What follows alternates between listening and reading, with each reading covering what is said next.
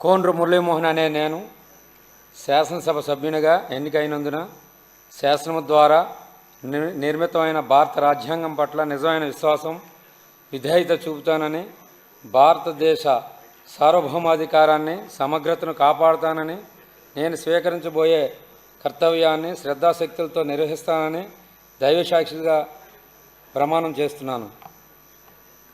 శాసనసభ సభ్యుడైన కోండ్రు మురళీమోహన్ అనే నేను సభా నియమాలకు కట్టుబడి ఉంటానని, వాటిని అనుసరిస్తానని, సభా మర్యాదలను పాటిస్తానని, సాంప్రదాయాలను గౌరవిస్తానని దైవసాక్షిగా ప్రమాణం చేస్తున్నాను.